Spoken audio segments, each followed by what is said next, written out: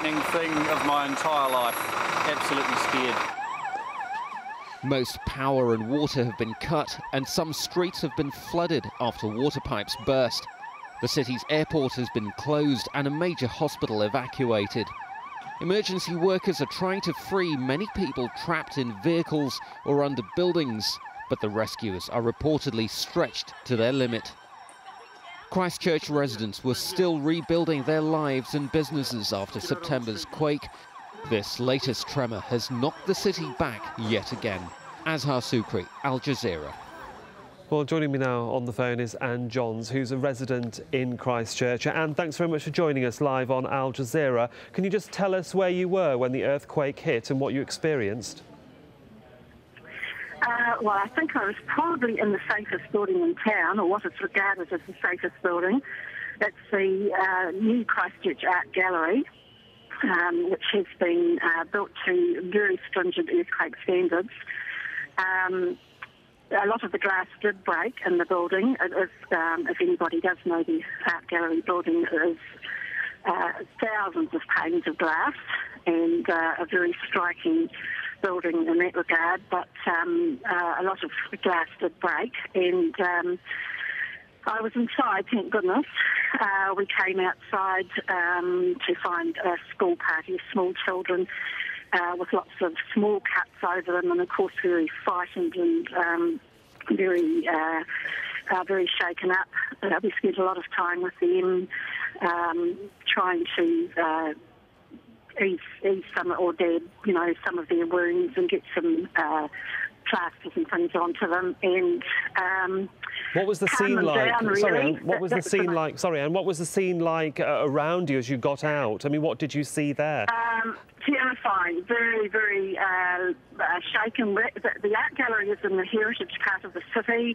A lot of the heritage buildings that were starting to be rebuilt and that hadn't been so severely damaged in the September earthquake are now extremely damaged. The cathedral in the centre of the city has lost its spire. And I believe there is a lot of damage, although the city has now been cordoned off. Nobody is able to go there. We walked back to our car and saw a huge amount of damage to the heritage buildings.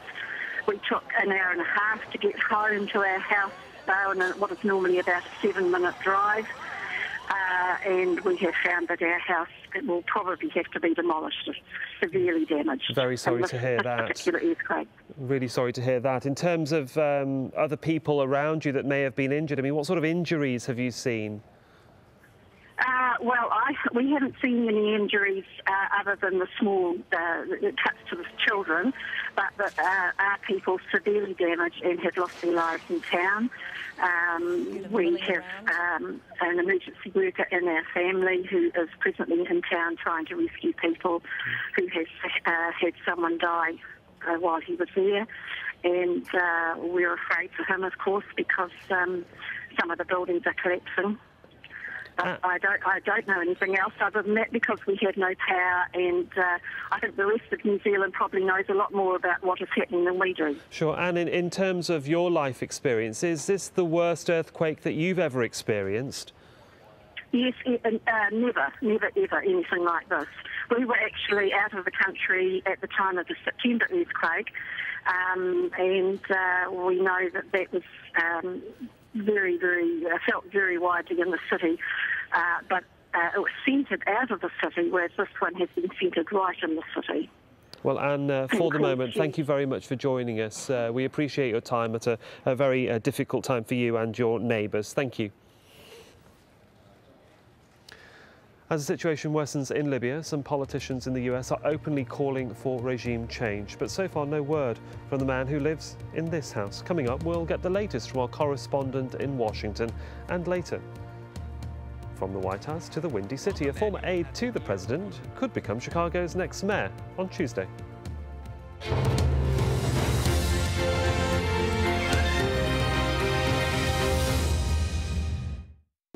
China has a growing elderly population, and as a consequence of its one-child system, there are fewer younger people to take care of them. It's a responsibility that often falls to the state. private retirement homes offer an alternative, but independence comes at a price, financially and emotionally. Faces of China, at this time on Al Jazeera. The times change. The instruments evolve. The battlegrounds shift. This is America! Our country! But the international struggle continues. He was murdered! Uncompromising, hard-hitting investigations. I can't get no justice from no one in Jamaica. People and power, at this time on Al Jazeera.